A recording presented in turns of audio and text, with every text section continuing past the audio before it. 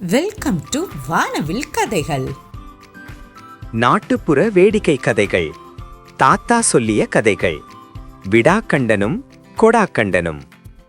அன்றைய காலத்தில் கிராமத்தில் பேச்சுவாக்கில் தாங்கள் கேள்விப்பட்ட கதைகளை குழந்தைகளுக்கு வேடிக்கையாக கூறுவார்கள். ஒரு ஊரில் ஒரு கதை சொல்லும் தாத்தா இருந்தார்.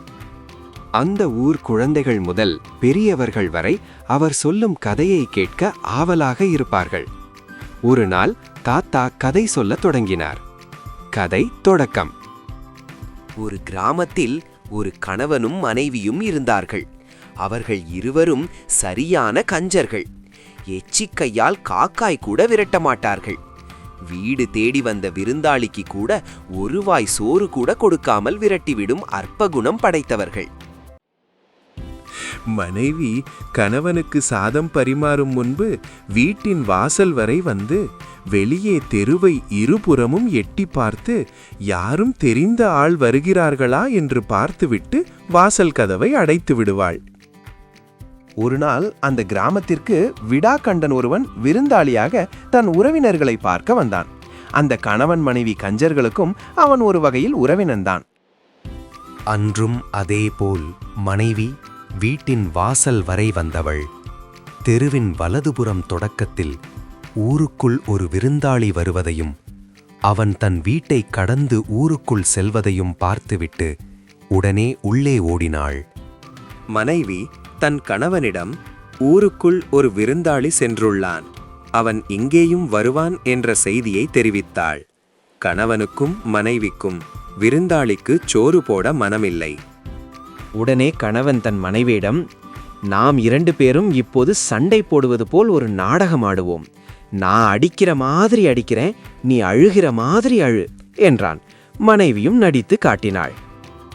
நாம் இருவரும் சண்டை போடுவதை பார்த்து வீட்டுக்கு வருகின்ற விருந்தாளி இந்த நேரத்தில் நாம் விருந்தாடப் போக வேண்டாம் என்று நினைத்து திரும்பி போய்விடுவான் என்றாம். அவளும் ஒத்துக்கொண்டாள். உடனே கணவனும் மனைவியும் நடிக்க ஆரம்பித்தனர். கணவன் மனைவியை பார்த்து திட்டினான். அவளும் பதிலுக்கு திட்டினாள். அவனும் திட்டிக்கொண்டே பக்கத்தில் இருந்த பண்ட பாத்திரங்களை தூக்கி போட்டான். அவளும் பாத்திரம் தூக்கி போட்டாள். மனைவியும் உண்மையாகவே அவனிடம் அடிபட்டவள் போல கணவனை திட்டிக்கொண்டே சிறிது நேரம் ஒப்பாரி வைத்து அழ ஆரம்பித்தாள்.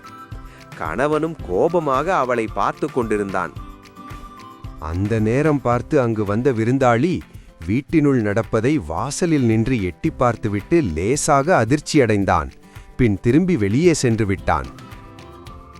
மனைவி வீட்டின் வாசல் வரை வந்து தெருவில் எட்டி பார்த்தாள்.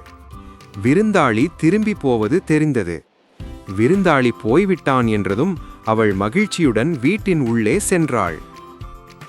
விருந்தாளி போய்விட்டான் என்றாள் மனைவி.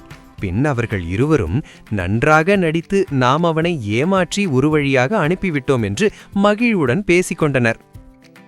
பின்பு கணவன் மனைவி இருவரும் சாப்பிட தயாரானார்கள். மனைவி பாயை விரித்து இலை போட்டு சாதம், குழம்பு என இருவருக்கும் பரிமாறினாள். கணவன் சாப்பிடுவதற்காக சோற்றின் மேல் கை வைக்கும்போது வீட்டு பின்வாசலிலிருந்து ஒரு குரல், ஏ தாயே, எனக்கும் இலை போடு என்று கேட்டது. இருவரும் திரும்பி பார்த்தார்கள். அங்கே அந்த விருந்தாளி நின்று இருந்தான். என்னடா இது, திரும்பி போனவன் எப்படி இங்கு வந்தான் என்று கணவன் அதிர்ச்சியாக கேட்டான். எனக்கு எப்படி தெரியும், அவன் சென்றதை நான் பார்த்தேனே என்று மனைவி அதிர்ச்சியுடன் கூறினாள்.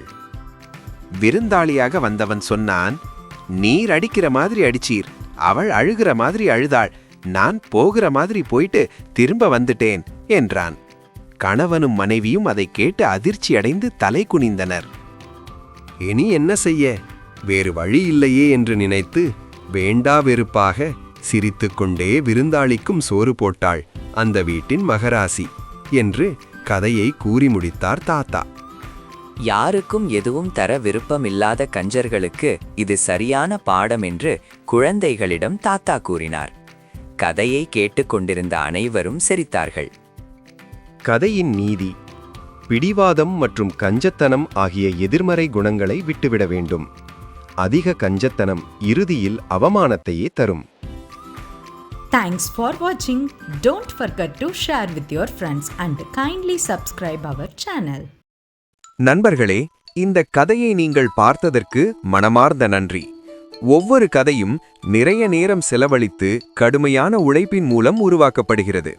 உங்களின் ஒரு சப்ஸ்கிரைப், ஒரு லைக், ஒரு ஷேர், ஒரு கமெண்ட் எங்களுக்கு மிகப்பெரிய ஊக்கமாக இருக்கும். உங்கள் ஆதரவே இந்த கதைகளை தொடர்ந்து உருவாக்கும் சக்தி. இந்த வானவில் கதைகள் சேனல் உங்களுக்கு பிடித்திருந்தால் சப்ஸ்கிரைப் செய்து பெல் பட்டன் கிளிக் செய்து எங்களுடன் இணைந்திருங்கள். மீண்டும் சந்திப்போம் ஒரு புதிய கதையுடன். நன்றி. Nasruddin story, the upcoming story. Stay tuned with us.